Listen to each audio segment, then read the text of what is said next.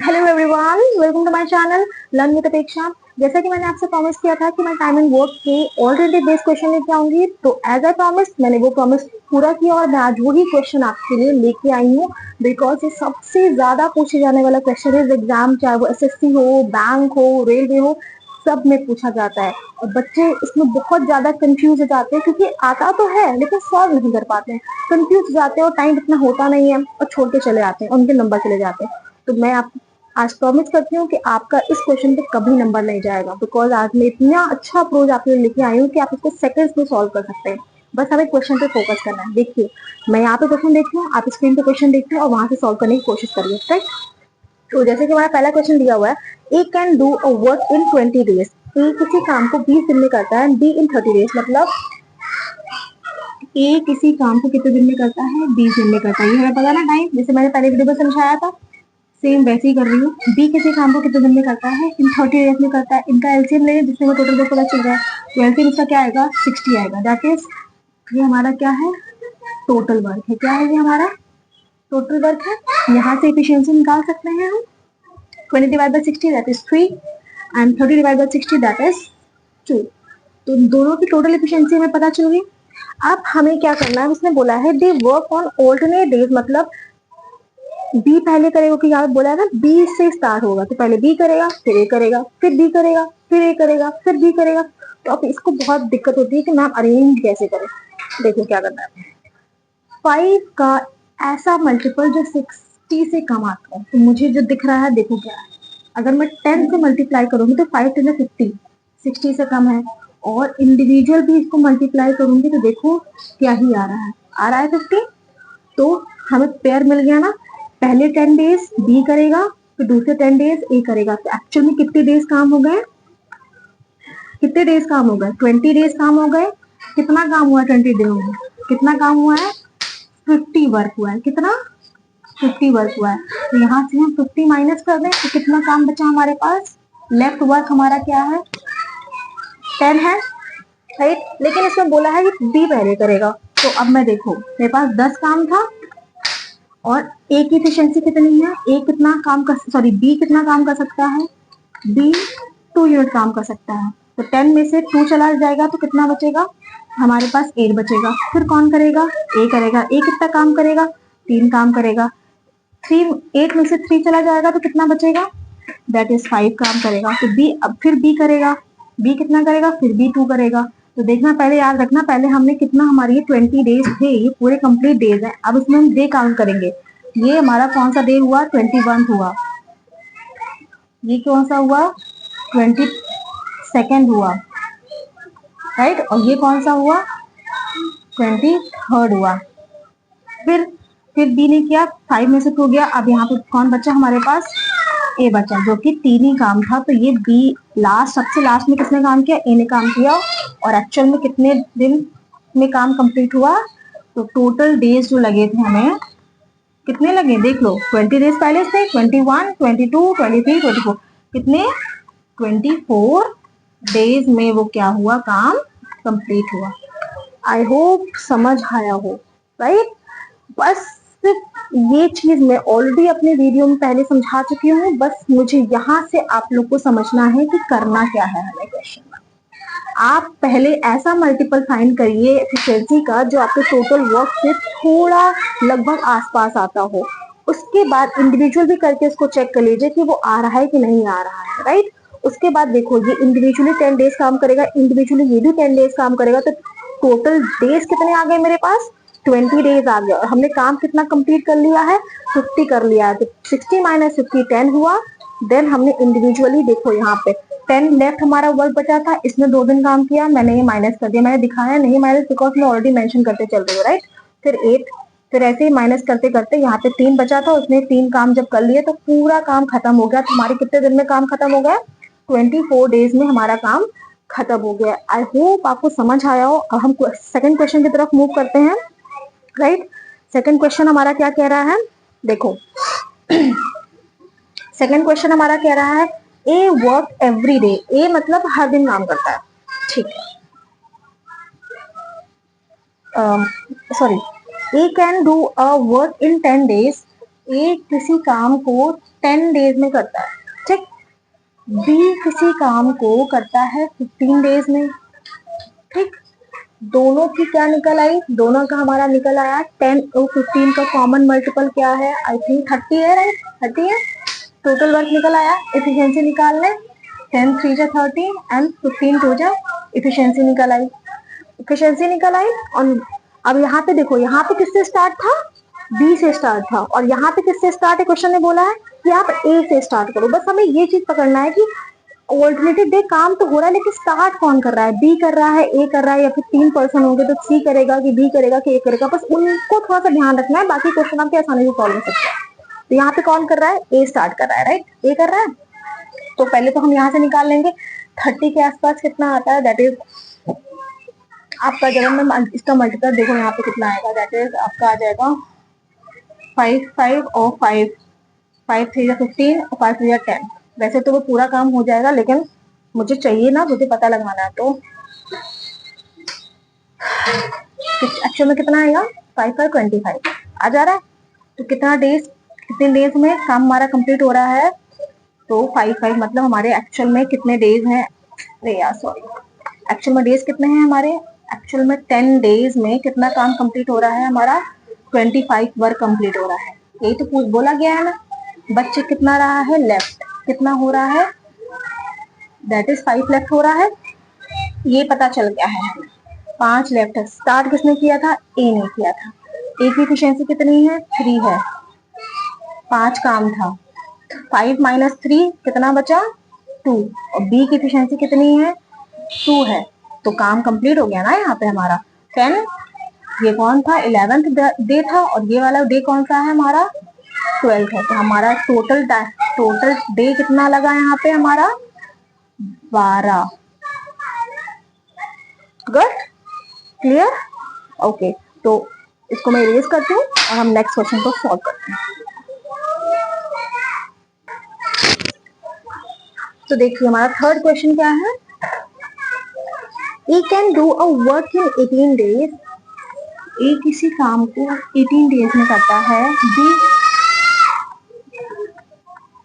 27 days and C in 54 days.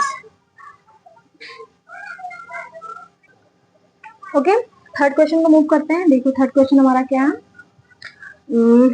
Third question है, A can do work in, ए किसी काम को कितने दिन में करता है, 18 डेज में करता है, B in 27 days and C in 54 days. अब इसका मल्टीपल निकालें तो हमारे पास मल्टीपल इसका क्या आएगा, टोटल वर्क आएगा हमारा 54, क्योंकि सबके टेबल में देखो 18 3 54, 27 2 जा 54, 54 1 जा 54, तो ये सी की एफिशिएंसी कितनी आ गई, 1, बी की 2 एंड ए की 3। सबकी एफिशिएंसी पता चल रहा है, ओके। टोटल एफिशिएंसी निकाल लेते हैं, दैट इज 5 और 6। अब 6 8 जा 48 होता है, तो यहाँ पे देखो 8 8 8 डायरेक्ट भी कर लिया, करके भी दिखा दिया। टोटल डेज कितने लगे, 8 8 8 8 3 जा 24, कितने डेज लगे हमें, 24 डेज में कितना काम हमने किया है, 48 वर्क हमने कर लिया है। 48 इसमें से माइनस करेंगे।